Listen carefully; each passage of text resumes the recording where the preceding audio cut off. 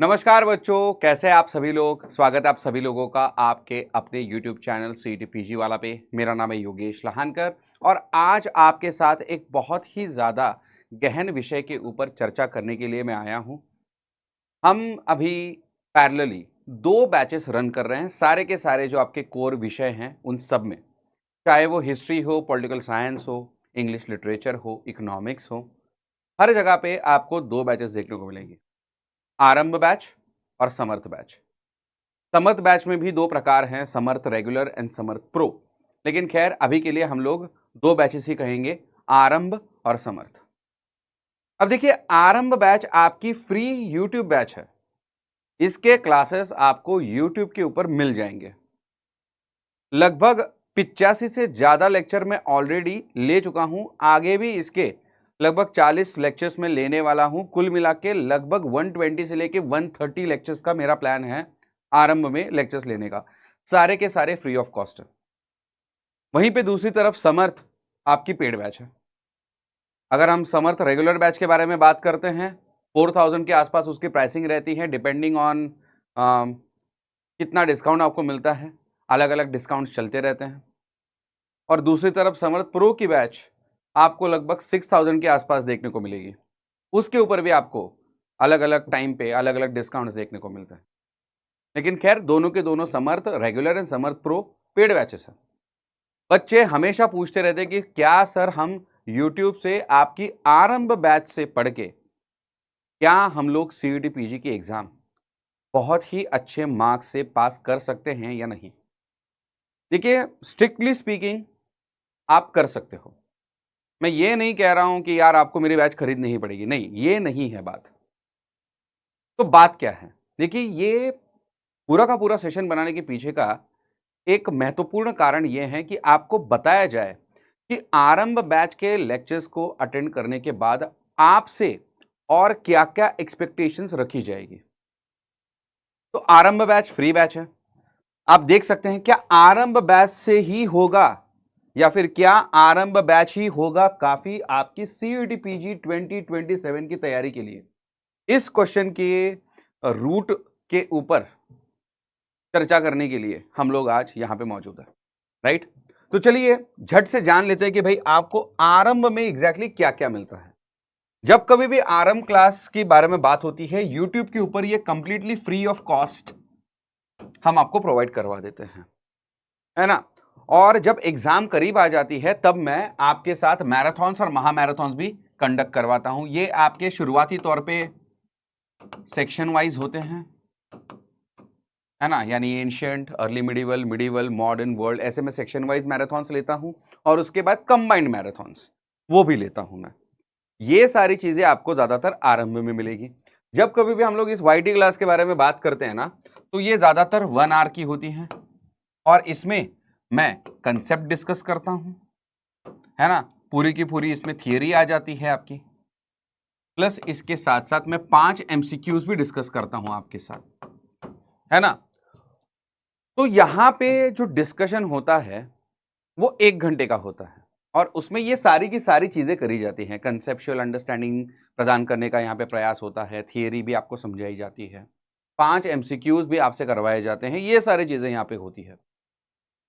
अब ऐसे में अगर मैं आपसे ये कह दूं कि भाई साहब ये क्लास जो है ये आपका लगभग 50% काम हल्का कर रही है सीईटी पीजी की तैयारी अगर आप कर रहे हो, तो आपको कैसा लगेगा।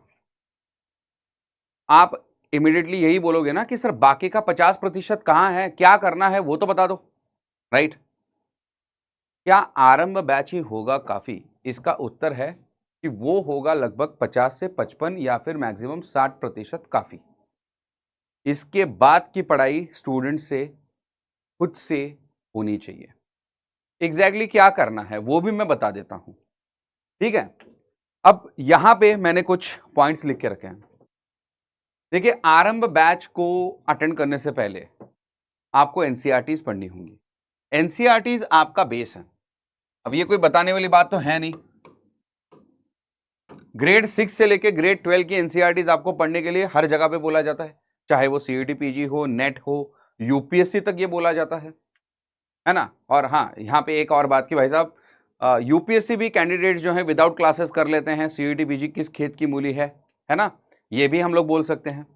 बताने का तात्पर्य ये है कि देखिए, जब कभी भी हम लोग आरंभ के बारे में बात करते हैं, वहां पे जो कुछ भी मैं पढ़ा रहा हूं उसके आगे चल के स्टूडेंट से कुछ एक्सपेक्टेशंस रखी जाएंगी। उसमें सबसे पहली एक्सपेक्टेशन है कि आप एनसीईआरटीज पढ़ लो। क्लास अटेंड करने से पहले उस विषय के, इस टॉपिक के ऊपर एनसीईआरटी में ग्रेड 6 ग्रेड 12 जहां कहीं भी इंफॉर्मेशन होगी वो आप पढ़ लोगे। फिर क्लास को आएंगे, क्लास अटेंड करेंगे। क्लास अटेंड करेंगे, यहां पे आप क्या करोगे, यहां पे आप करोगे क्लास अटेंड, वाईटी क्लास। और उसके बाद आपको कंपल्सरीली रेफरेंस बुक पढ़ना पड़ेगा बच्चों। रेफरेंस बुक्स आपके बेस बुक्स, एंशिएंट इंडिया के लिए R S Sharma, Anupendra Singh, medieval India के लिए सतीश चंद्रा, और फिर सतीश चंद्रा जी के पार्ट 1 पार्ट 2 वॉल्यूम। और मॉडर्न इंडिया के लिए आपको पढ़ना पड़ेगा शेखर बंडोपाध्याय, विपिन चंद्रा की बेस बुक है, शेखर बंडोपाध्याय की आपकी रेफरेंस बुक है। इस प्रकार से कम ये 6 बुक्स आपके पास होने जरूरी है। इन रेफरेंस बुक को आपको पढ़ना होगा, लेकिन सिलेक्ट रीडिंग करनी है। इन रेफरेंस बुक्स की आपको सिलेक्ट रीडिंग करनी होगी, है ना। सिलेक्ट रीडिंग करने के बाद आपको इनके माइक्रो नोट्स बनाने होंगे। ये नोट्स कैसे होंगे, माइक्रो नोट्स, है ना। वरना बच्चे में देखता हूं नोट्स बनाने को बोल दिया, पूरी की पूरी किताब छाप देते हैं अपने नोट्स पे, ठीक है, बहुत गलत तरीका होता है वो। माइक्रो नोट्स बनाने हैं। माइक्रो नोट्स का एक गोल्डन रूल जो मैंने आपको बताया था, बहुत बार बताया मैंने, अगर 100 पेजेस पढ़ रहे हो तो माइक्रो नोट्स आपके लगभग 10 से 11 पन्नों में निपट जाने चाहिए। उसी को हम लोग माइक्रो नोट्स बोलेंगे, वरना तो वो नोट्स हैं ही नहीं, फिर वो किसी काम के नहीं रहेंगे। एग्जाम के एक दिन पहले वो किताब पढ़ने के बराबर हो जाएगा आपके ये लंबे चौड़े नोट्स, है ना। वो काम के नहीं है, माइक्रो नोट्स बना दो। नोट्स से आप माइक्रो नोट्स बना दो और प्रैक्टिस एमसीक्यूज ढूंढो, क्योंकि यही सारी चीजें एक्चुअली मैं समर्थ में मैं आपसे करवाता हूं।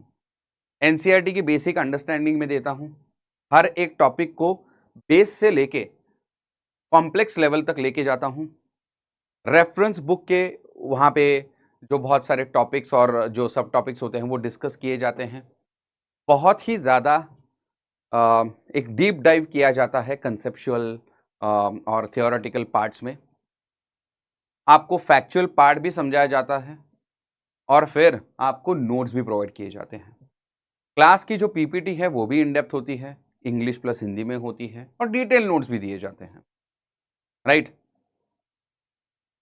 तो ये जो सारी चीजें हैं, और प्रैक्टिस एमसीक्यूज में आपका ये है, आपका डेली प्रैक्टिस प्रॉब्लम, डीपीपीस जिसे हम कहते हैं, ये सारी चीजें आपको समर्थ में मिलती है। तो कहने का मतलब ये है, आरंभ क्लास करने के बाद जो समर्थ वाला जो एक डीप डाइव होता है ना, वो आपको खुद करना पड़ेगा। तो क्या आरंभ काफी है, क्या आरंभ से होगा? जी हाँ, ये काफी है, ये हो भी सकता है आपका सिलेक्शन, कोई प्रॉब्लम नहीं है, लेकिन ये मेहनत आपको करनी पड़ेगी बच्चों। जो बच्चा केवल आरंभ क्लासेस करेगा और ये वाली मेहनत जो है वो टालेगा, उस बच्चे के लिए सिलेक्शन डिफिकल्ट है। और समर्थ में हम आपकी जिंदगी आसान बना रहे हैं, ये सारी चीजें आपको देखें, बस इतनी सी बात है। इसीलिए मैं कहता रहता हूं कि समर्थ में बहुत ही ज्यादा इन डेप्थ डिस्कशन होता है, कम से कम 2 घंटे का डिस्कशन आपका हो ही जाता है हर एक टॉपिक का। तो यही सिर्फ फर्क है। बार बार ये क्वेश्चन आ रहा था कि भाई आरंभ काफी है या नहीं, आरंभ से होगा या नहीं। आरंभ से हो सकता है, शर्त है आप ये सारी चीजें खुद भी फॉलो करें।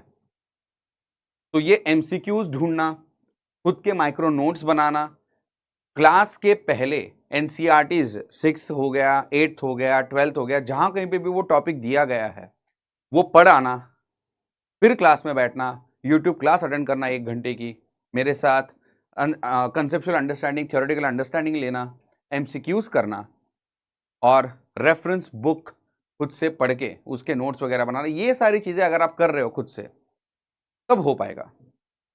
देखिए अभी अगस्त का मिड चल रहा है, यानी मिड अगस्त में अभी हम लोग हैं, और ऐसे में मैं आपको एक बात बता दूं कि अब यहां से आगे देखिए, अगस्त तो चला गया, सितंबर, अक्टूबर, नवंबर, दिसंबर, जनवरी, फरवरी, 6 महीने बचे हैं। क्या 6 महीने काफी है? ये बिल्कुल एकदम मतलब 6 महीने की तैयारी से आप JNU, DU, BHU, Hyderabad central university यहाँ पे एडमिशन ले सकते हैं, लेकिन आप 6 महीने में एक दिन भी आप बर्बाद नहीं कर सकते। चाहे फिर दशहरा आ जाए, दिवाली आ जाए या फिर किसी का जन्मदिन आ जाए।